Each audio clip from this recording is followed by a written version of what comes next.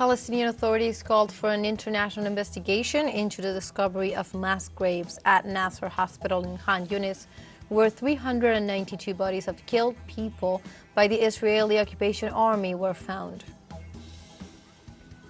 In the United States, police repressed students' protests at least 4 universities as the demand to stop government funding for the genocide in Palestine increases across the country. And in Guatemala, the Special Prosecutor's Office Against Impunity ordered a raid on the offices of an NGO being investigated for possible child trafficking. Hello and welcome to From the South. My name is Belén de los Santos, and from the teleSUR studios in Havana, Cuba, we begin with the news.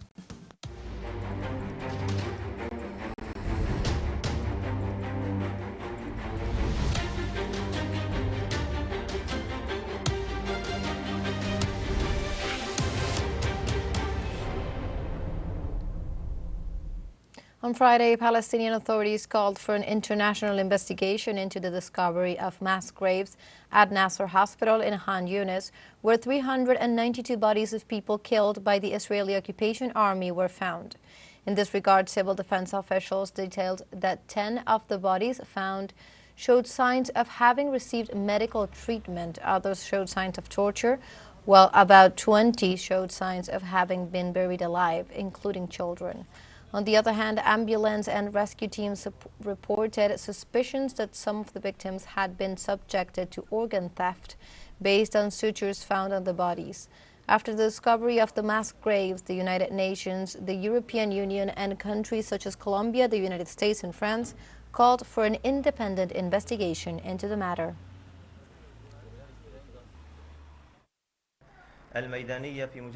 These executions in the Nasser medical complex make us demand an international investigation in this matter.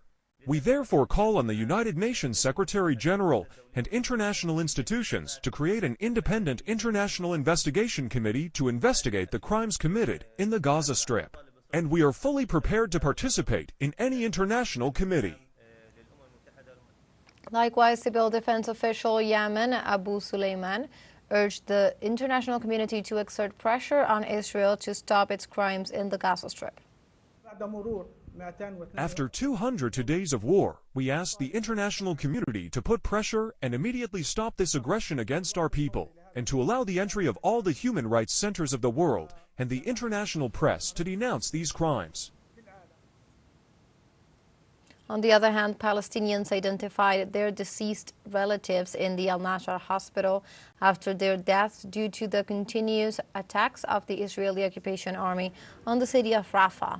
In this regard, humanitarian groups have warned that Israel's plans to enter the city of Rafah, which is home to most of the displaced Gazans, would create an apocalyptic situation.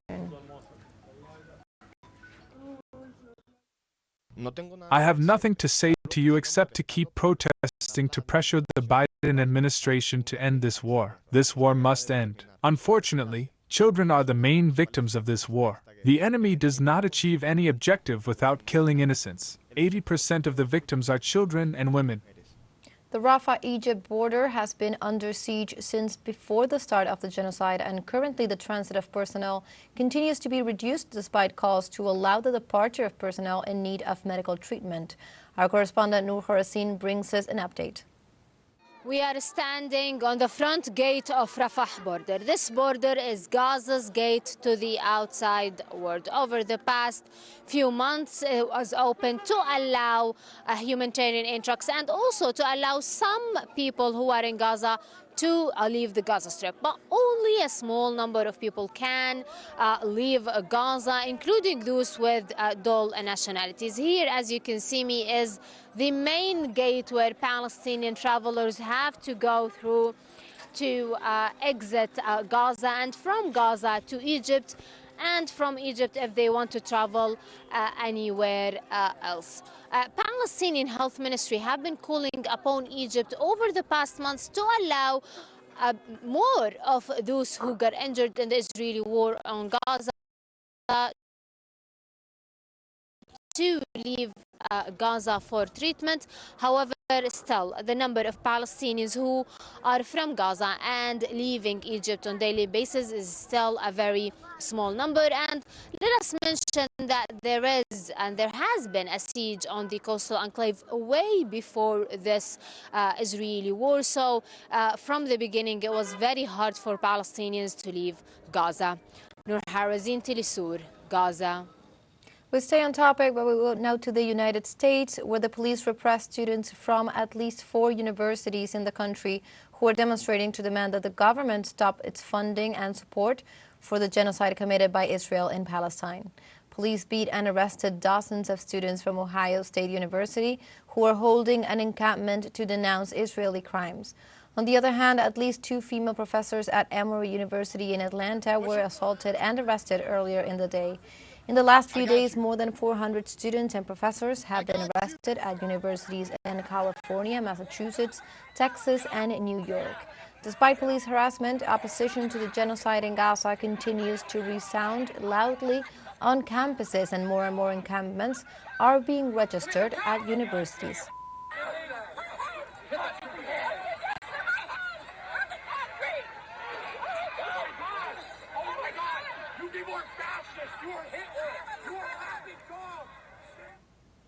Protests and encampments in solidarity with the Palestinian people are taking place in at least 19 universities in the United States. Students at Columbia University in New York were the first to demonstrate, setting up dozens of tents and Palestinian flags on campus on April 17th.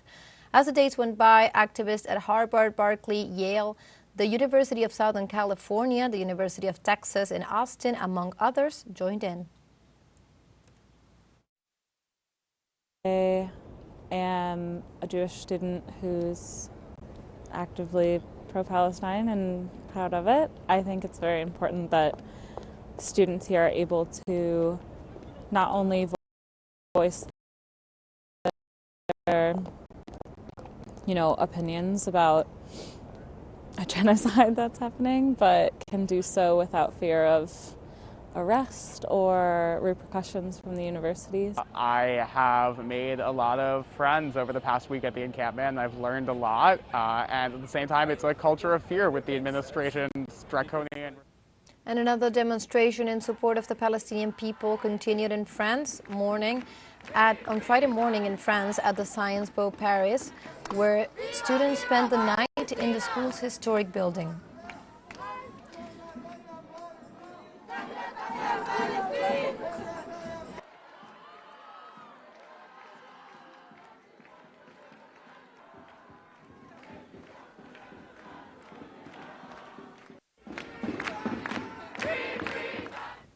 The Palestine Committee of the Research University scheduled a press conference for Friday morning calling for the clear condemnation of Israel's actions for the institution at the end of collaboration with all entities deemed complicit in the systemic oppression of the Palestinian people. On Wednesday evening, a dozen tents had been set up in the courtyard of another of the school's buildings before the police came to dislodge the activists and supporters of the Palestinian cause.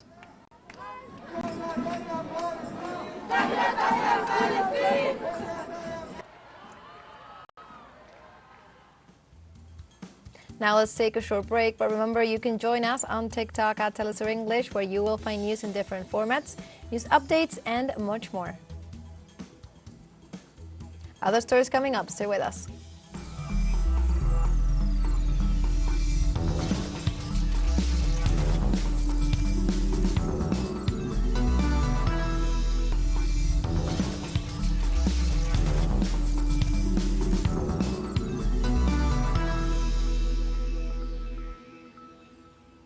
Welcome back from the South. In Guatemala, the Special Prosecutor's Office of Impunity ordered a raid on the offices of an NGO being investigated for possible child trafficking. The head of the Special Prosecutor's Office, Rafael Curuchiche, indicated that the operation was coordinated in conjunction with the National Civil Police and that it was in response to a complaint filed against the agency. Although the name was not specified, images on social networks showed that the raided offices belong to the non-governmental organization Save the Children. Gurutice insisted on the commitment of the public prosecutor's office to fight for the integrity and protection of Guatemalan children. The International Civil Aviation Organization, the ICAO, accepted the lawsuit filed by Venezuela against Argentina after verifying its violations of the Chicago Convention following the hijacking and subsequent scrapping of the TeleSUR transport company's plane. In compliance with the rules of procedure, the international organization has verified that the complaint conforms to the requirements of Article 2. The notification of the ICAO, and in accordance with Article 3 of the regulations, notified the members of the Council of the receipt of the claim. In this complaint and report made by Venezuela, it claims that since June 8, 2022, the Republic of Argentina has committed violations of several articles of the Chicago Convention through the application of illegal unilateral restrictive measures of the discriminatory nature against the Bolivarian Republic of Venezuela. The government of Venezuela alleges that such violations occurred in the context of the inconveniences suffered by the non-scheduled flights belonging to the Conviasa consortium and leased by the latter to the TeleSUR transport company. In other news, Mexican President Andrés Manuel López Obrador asked the U.S. State Department to remove its annual report on the respect for human rights in the world. During his regular morning conference at the National Palace, López Obrador said that what was published about this 2024 about Mexico is laughable because these are lies, and in addition, they are a violation of national sovereignty. The Mexican president also stated that the United States has no right to be extending letters of good conduct to independent and sovereign countries and peoples. López Obrador called the report obsolete and based on garbage. On the other hand, the Mexican president accused the United States of not assisting Latin America and the Caribbean since the years of the Kennedy administration. Do you know since when the governments of the United States have not helped Latin America and the Caribbean?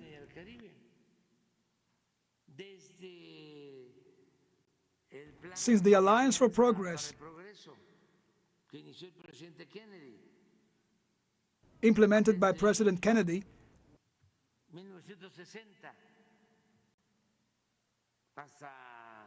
from 1960 to 1970.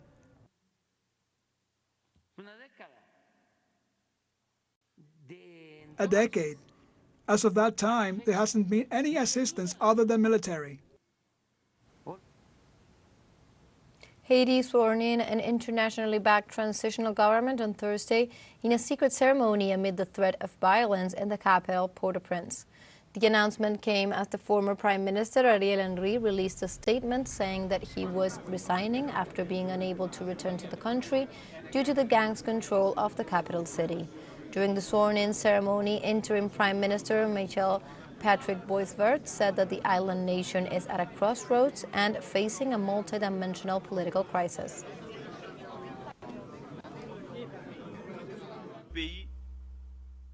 Haiti, our country, is at a crossroads in the search for a solution to overcome this multidimensional political crisis,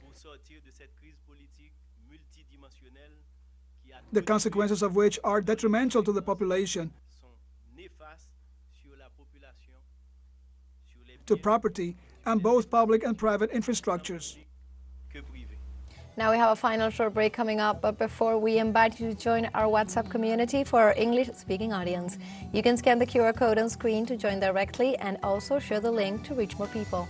Constant news coverage of Latin America and the Caribbean, as well as the rest of the world. Stay connected and informed with teleSUR. Final short break, don't go away.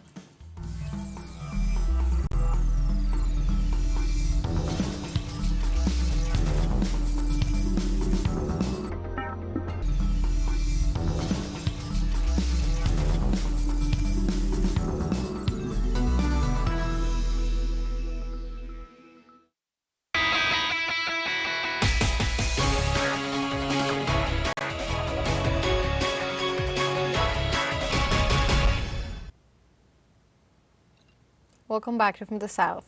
In India, polling stations opened for a second phase of the elections, in which 970 million voters have been called to vote. Polling centers cover constituencies of 13 of India's 28 states and federal territories, which will vote between 7 a.m. and 6 p.m. local time on Friday. 88 seats in parliament will be contested, including that of opposition leader Rahul Gandhi, the main rival to Prime Minister Narendra Modi, who is seeking a third term. The third phase of the polls to be held the first week of May, with the results to be announced on June 4th.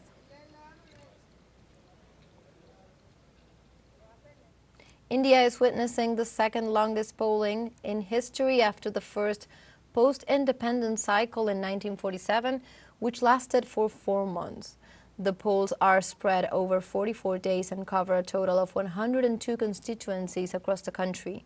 The seventh-phase election process, which began on April 19th, will determine the next Prime Minister and the 543 members of the lower house of Parliament for a 5-year term. We go now to other topics. On Friday, Chinese President Xi Jinping met with U.S. Secretary of State Antony Blinken in Beijing. According to official communication, the Chinese leader stressed that his nation and the U.S. should seek common ground rather than engage in vicious competition. In the meantime, Xi also declared that his nation is happy to see a confident, open, prosperous, and flourishing United States. And in this regard, he stressed that he hopes the United States can also view China's development in a positive perspective. In this context, they also agreed to hold their first formal talks to address concerns over artificial intelligence. I'm pleased to announce that earlier today, we agreed to hold the first U.S. PRC talks on artificial intelligence, to be held in the coming weeks. We'll share our respective views on the risks and safety concerns around advanced AI and how best to manage them. Friday marks the 30th anniversary of South African leader Nelson Mandela winning the 1994 presidential election, ending the racist apartheid system in South Africa. At the age of 75, Mandela would win the African country's first free election, being endorsed by the African National Congress Party and being sworn in as head of state on May 10, 1994. During his life, Nelson Mandela was known for being an activist committed to fighting the segregation in his country and for always advocating for the rights of the black population in South Africa and the world. Despite being sentenced to almost 30 years in prison, the lawyer and activist was always against promoting hatred and resentment towards the white people, imposing instead a pacifist message that led him to be awarded the Nobel Peace Prize in 1993.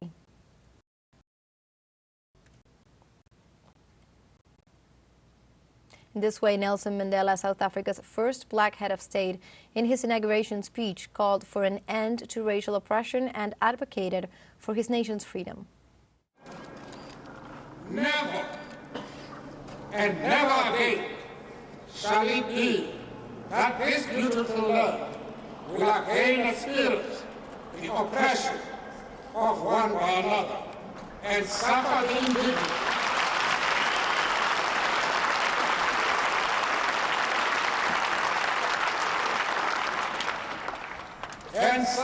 indignity of being the scum of the world. The sun shall never set on so glorious a human achievement. Let freedom reign.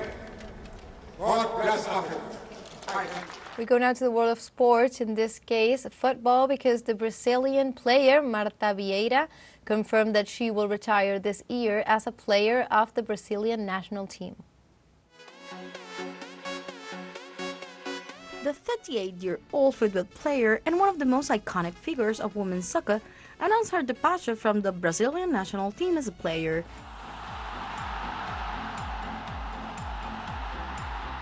In this sense, the striker confirmed that 2024 will be her last year wearing the Brazil national uniform.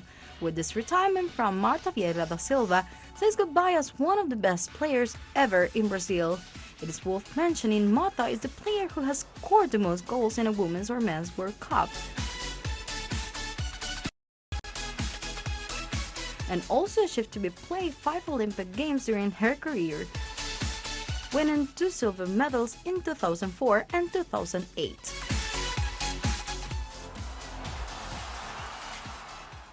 And in the United States, an immersive multimedia exhibition highlighting the life and career of soccer superstar Lionel Messi arrived in Miami. The Messi Experience, a dream come true, combines artificial intelligence and 3D visuals throughout 9 installations, including one that allows visitors to simulate a selfie with the soccer player. Entering a world fueled by childhood dreams and record-breaking achievements, visitors are transported to experience and discover the man behind the legend. Digital activities, the ball, live score updates, and personal virtual engagement with Messi himself are among the activities for a complete immersive experience. In this way, fans experience the art of the greatest player to ever step on the field.